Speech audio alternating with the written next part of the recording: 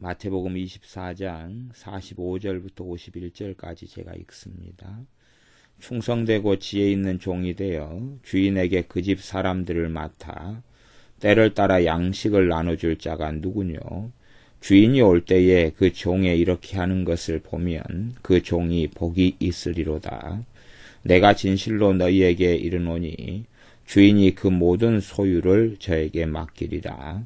만일 그 악한 종이 마음에 생각하기를 주인이 더디 오리라 하여 동무들을 때리며 술 친구들로 더불어 먹고 마시게 되면 생각지 않은 날 알지 못하는 시간에 그 종의 주인이 이르러 엄히 때리고 외식하는 자의 받는 율에 처하리니 거기서 슬피 울며 이를 갈미 있으리라. 아멘. 주님께서 부지불식간에 생각지 않은 날 알지 못하는 시간에 주님께서 오실 수 있다. 방금 읽었던 본문 24장 45절부터 51절까지는 그 앞에 44절에 지배를 받는 본문이다. 그렇게도 볼 수 있습니다. 이러므로 너희도 예비하고 있으라. 생각지 않은 때에 인자가 오리라. 주님의 재림에 대한 말씀입니다. 주님의 재림에 대한 말씀을 전하면서 실상은 교회에 대한, 주님을 믿는 주님의 자녀들에 대한, 하나님의 사람들에 대한 말씀을 하고 있는 게 45절부터 51절까지입니다. 충성되고 지혜 있는 종이 되어 주인에게 그 집 사람들을 맡아. 그 집 사람들을 맡아. 그러니까 그 집 사람들이 교회라는 것을 알 수가 있습니다. 이게 교회 안에서 벌어지는 일인 것이지요. 충성되고 지혜 있는 종이 되어 주인에게 그 집 사람들을 맡아. 그래서 기본적으로는 주의 종에 대한 이야기다. 그렇게 볼 수 있습니다. 첫 번째 의미는 그런 것입니다.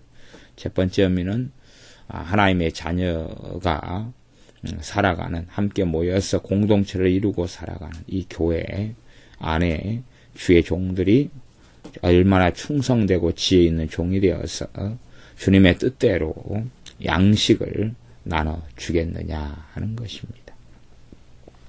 또 두 번째는 본질적으로 모든 그리스도인들이 주님의 종인 것이 사실입니다. 그러므로 각 종마다 사명이 있고 달란트가 있습니다.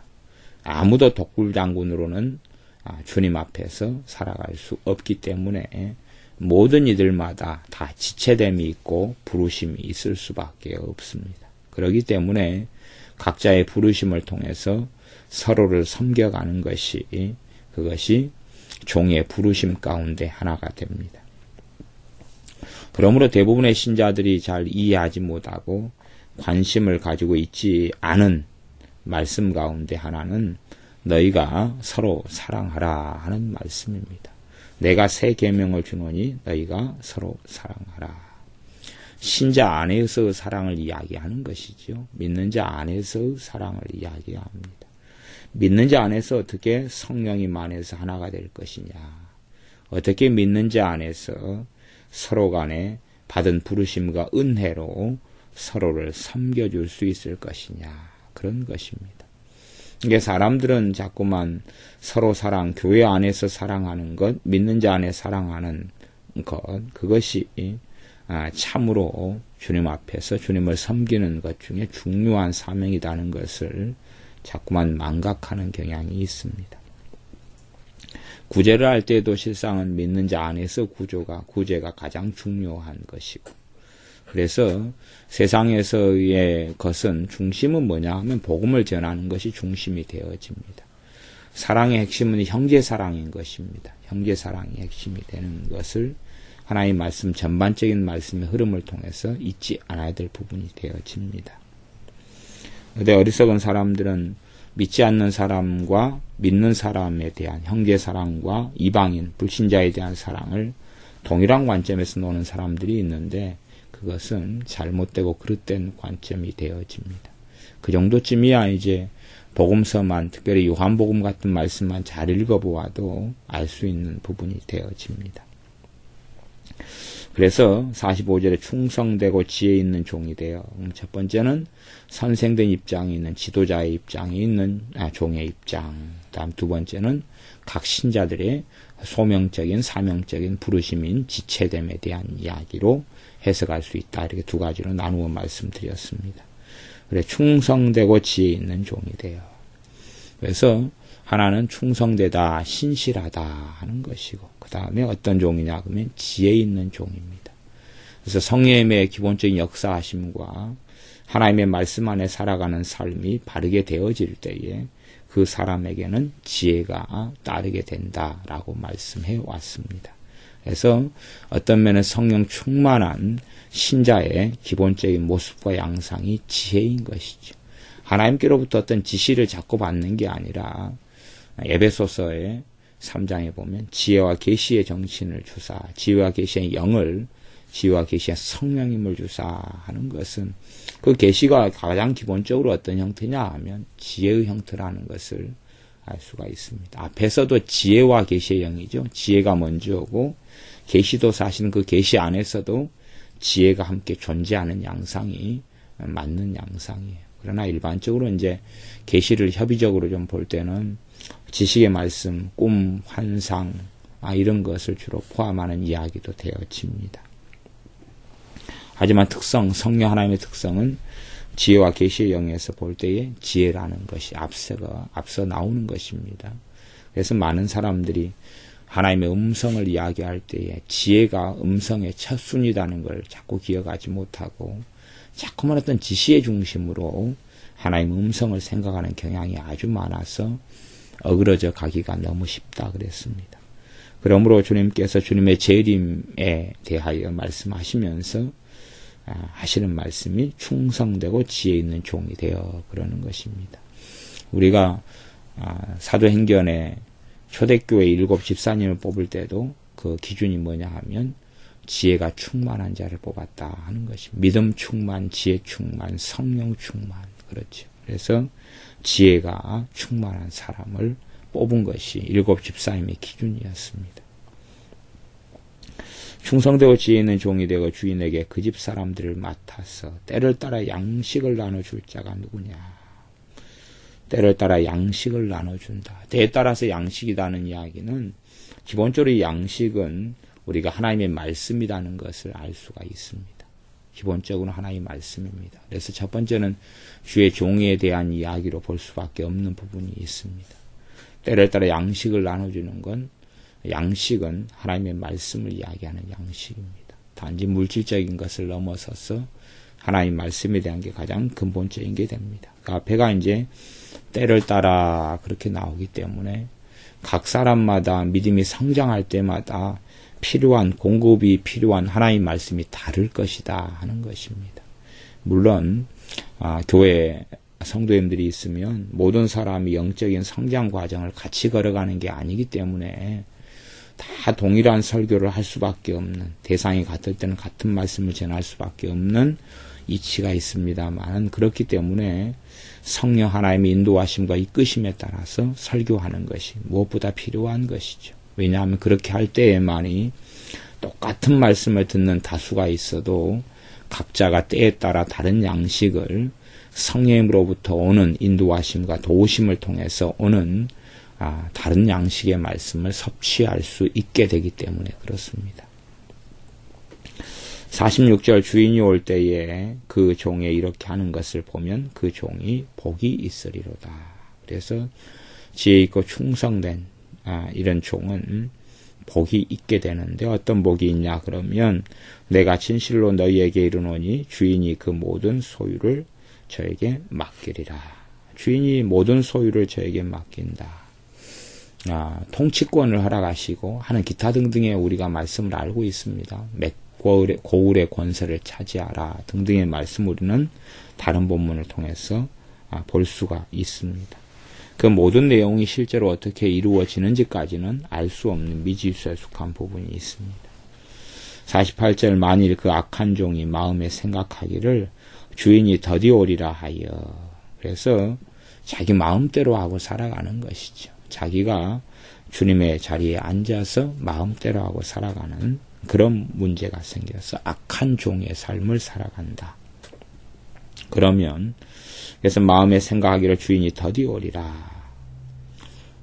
동무들을 때리며 술 친구들로 더불어 먹고 마시게 되면 자신의 마음대로 행하는 어떤 악한 삶을 살게 되면 생각지 않은 날 알지 못하는 시간에 그 종의 주인이 이르러 이 사람에게는 예기치 않은 날이 되는 거죠. 예기치 않은 날이 되어져서 주인이 이르게 되는데 어미 때리고 외식하는 자의 받는 율, 어미 때리고 외식하는 자의 받는 율에 처하게. 율은 운명이다 그런 말이 일반적 율이란 말입니다.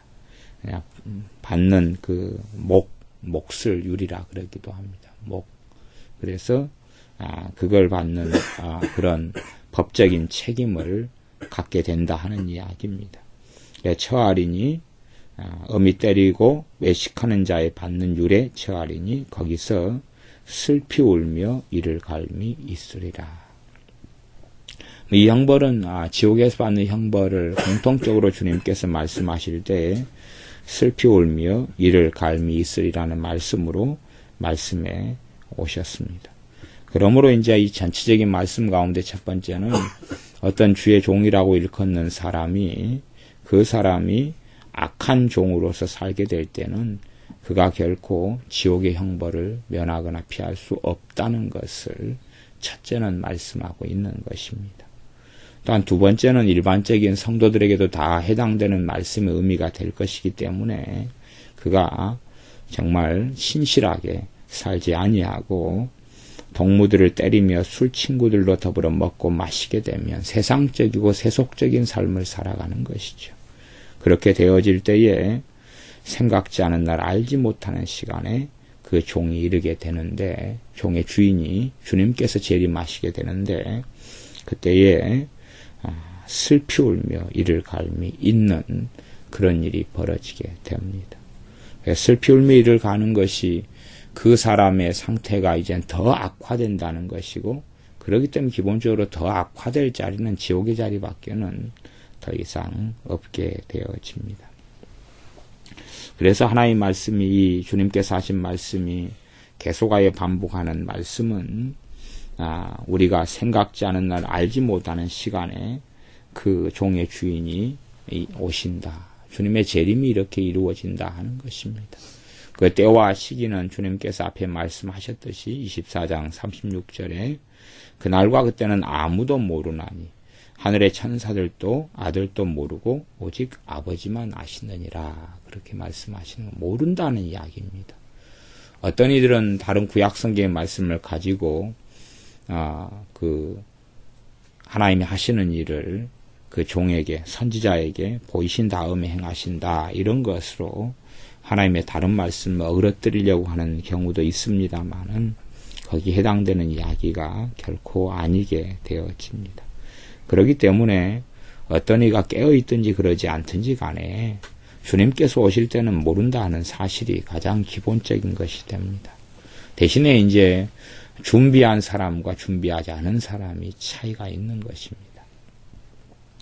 제가 전에 군대에 있을 때 했던 것이 5분 대기조라는 것을 했습니다. 5분 대기조라는 것을 하면은 이제 어떻게 했냐 그러면 한 소대가 한 분대가 주로 이제 13명에서 15명까지 그렇게 구성해 가지고 했는데 그래서 그 분대 안에는 운전병도 있고 또 무전병도 있고 그러면서 소총수들도 있고 또 M60 사수 쪼수도 있고 그러면서 한 개 분대를 구성을 합니다.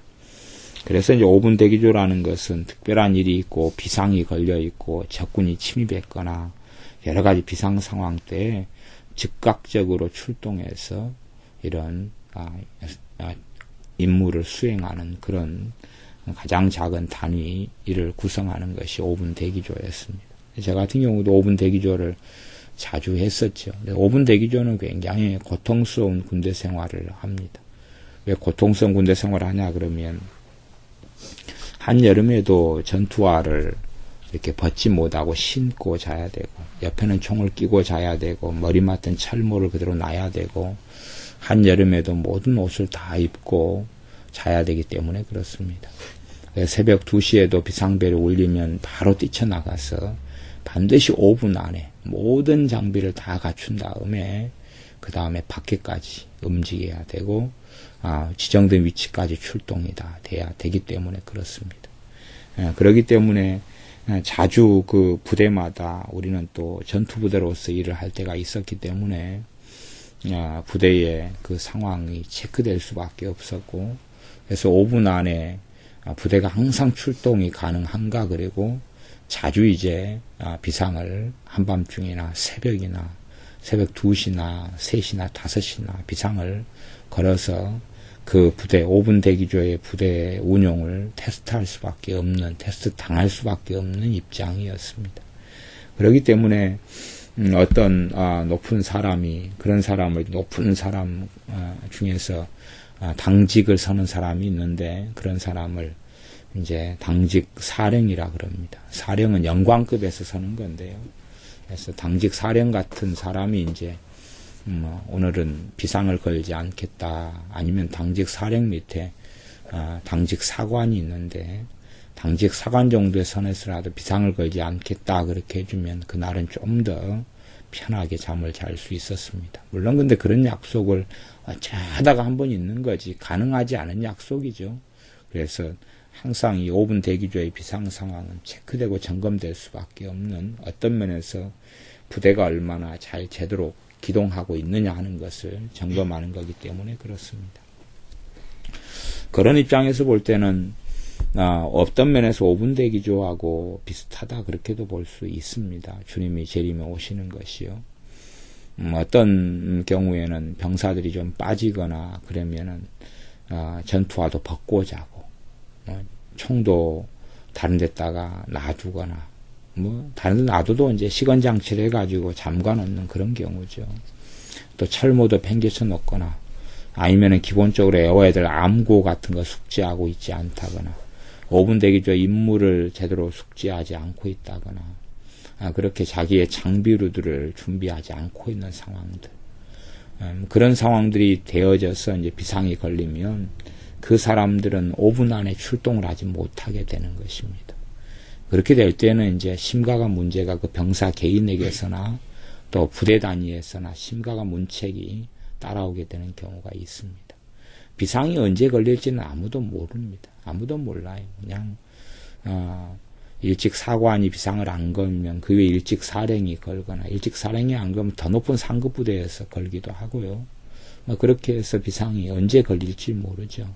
왜냐하면 부대마다 높은 사람들이 다 위에 있기 때문에 어디에서부터 비상이 걸려올지는 잘 알 수가 없습니다. 더군다나 일찍 사관 같은 경우가 한 부대에 대해서 좀 마음이 비틀리고 꼬장이 일면 자기가 밤새워서 근무를 하는데 근무할 때 장난 걸듯이 비상을 자꾸 걸어요. 괴롭히려고 비상을 거니까, 트집을 잡으려고 비상을 거는 경우도 자주 있기 때문에, 그래서 얼마나 준비가 됐느냐가 문제지, 그러지 어느 때를 알고 준비하는 것은 아닙니다. 평상시에 준비를 해놓고 그 준비된 상태에서 잠을 자는 것일 뿐이에요. 그래서 평상시에 훈련이 잘 돼 있고 시간 타임을 체크하면서 5분 안에 다 대기까지, 원하는 지점까지 출동해서 대기가 다 돼 있어야 되고, 그 다음에 주로 이제 무장을 한 상태 속에서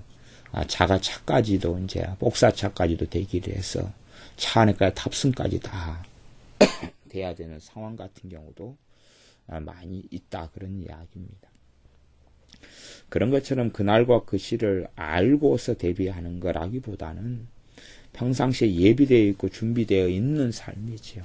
그럴 때는 갑작스럽게 어떤 일이 닥친다 그래서 그것 때문에 놀라거나 위협을 당하거나 아니면 끔찍한 사태를 당하지 않게 되어집니다. 그러나 준비되지 않은 상황 속에서는 끔찍한 일, 또한 굉장히 난감한 일, 고통스러운 일, 어려운 일을 겪게 될 수밖에 없는 거죠. 그래서 이 하나님의 말씀이 끊임없이 생각지 않은 날, 알지 못하는 시간에 그 종의 주인이 이른다라고 말씀하고, 이러므로 너희도 예비하고 있어 생각지 않은 때에 인자가 오리라, 그렇게 말씀하는 것입니다. 그러므로 우리가 예비하는 것이 중요하지, 그때가 언제 올 것이라는 걸 예측하는 것이 중요한 건 아닙니다. 우리가 어느 때나 준비되어 있는 것이, 어느 때 5분 대기조에 비상이 걸려서 출동해야 되는 상황이 벌어질지를 모르는 것처럼, 여름이든 겨울이든 한결같이 여름에도 전투화를 신고 이렇게 몸에 철모를 쓰고 허리에는 탄창을 잇는 그런 장구리를 다 거친 다음에 그 다음에 출동 준비가 된 상태에서 잠드는 것처럼 우리의 삶에 이렇게 깨어있는 삶을 살다가 주님을 배워야 한다는 이야기입니다. 기도하겠습니다.